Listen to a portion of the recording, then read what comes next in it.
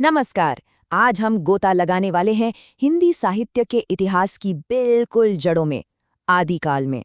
ये हिंदी साहित्य का सबसे पहला और शायद सबसे ज्यादा विवादों में रहा दौर है। ये वो बुनियाद है जिस पर आज हिंदी साहित्य की पूरी शानदार इमारत खड़ी है। लेकिन यहीं पर एक पेंच है। एक ही दौर और नाम इतने सारे, वीरगाथा काल, चारण काल, सिद्ध सामंत काल। ये सिर्फ अलग अलग लेबल नहीं है दोस्तों, ये तो इस युग की असल पहचान को लेकर एक बड़ी बहस है। तो चलिए आज इसी पहेली को सुलझाते हैं। ठीक है, तो नामों की इस गुत्थी को सुलझाने से पहले ये समझना जरूरी है कि आखिर ये आदिकाल था क्या। आदिकाल जैसा कि नाम से ही जाहिर है, इसका मतलब है शुरुआती दौर। ये वो वक्त था, मोटे तौर पर कहें तो संवत 1050 से 1375 के बीच का, जब हिंदी अपनी शुरुआती शक्ल ले रही थी। ये राजनीतिक उथल-पुथल का जमाना तो था, पर साथ ही साथ जबरदस्त साहित्यिक क्रिएटिविटी का भी दौर था। और यहीं से कहानी और भी दिलचस्प हो जाती है। देखिए, ये जो नामों को लेकर बहस है ना, ये कोई मामूली बात नहीं है। ये इस बात की बहस है कि उस दौर का असली चेहरा कैसा था। क्या वो सिर्फ राजाओं और लड़ाइयों का जमाना था, या पर्दे के पीछे कुछ और भी चल रहा था। इस टेबल को देखिए, ये अलग-अलग नजरियों को सामने रखती है।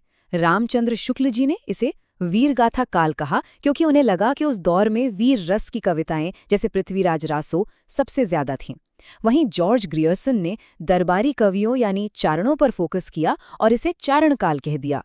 राहुल सांकृत्यायन ने एक बिल्कुल अलग एंगल देखा, सिद्ध कवियों और सामंतों का, तो नाम दिया सिद्ध सामंत काल।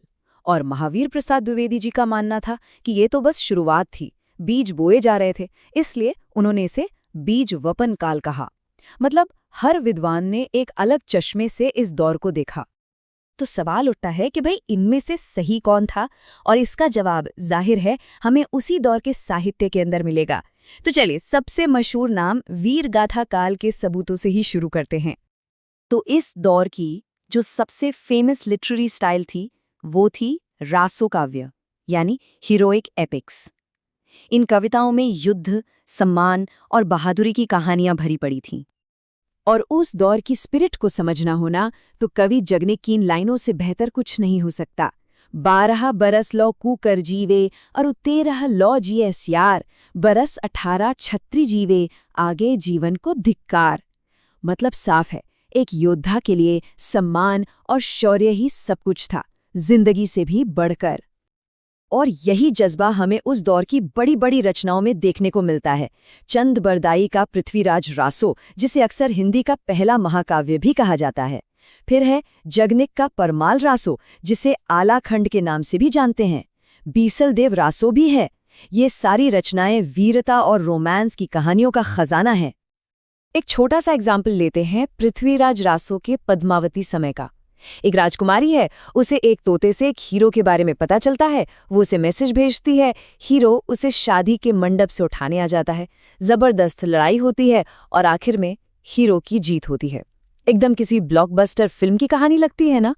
इससे पता चलता है कि युद्ध और प्रेम कैसे उस दौर की कहानियों का अहम हिस्सा थे। तो अब ये सब देखने के बाद तो यही लगता है कि शुक्ल जी की बात में दम था। ये वाकई वीर गाथाओं का ही युग था।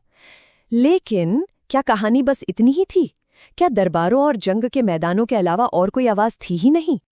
और इसका जवाब है हाँ, बिल्कुल थी। जिस वक्त चारण कवि राजाओं की शान में कविताएं लिख रहे थे, ठीक उसी वक्त साहित्य की कई दूसरी धाराएं भी बह रही थीं। जरा इस चार्ट को देखिए। रासो साहित्य, ये जो नारंगी वाला हिस्सा है, ये पूरी तस्वीर का बस एक टुकड़ा है। इसके अलावा सिद्धों का रहस्यमय साहित्य था, नाथों का योगिक साहित्य था, जैन कवियों की नैतिक कहानियां थीं। और तो और अमीर खुसरो जैसे लोगों का लौकिक साहित्य भी था, जिसमें पहेलियां और लोकगीत थे।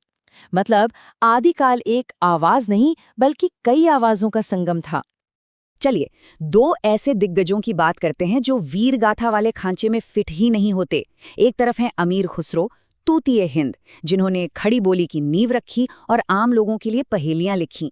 और दूसरी तरफ है विद्यापति, मैथिल कोकिल, जिनकी मैथिली में लिखी कविताएं आज भी दिलों को छू जाती हैं।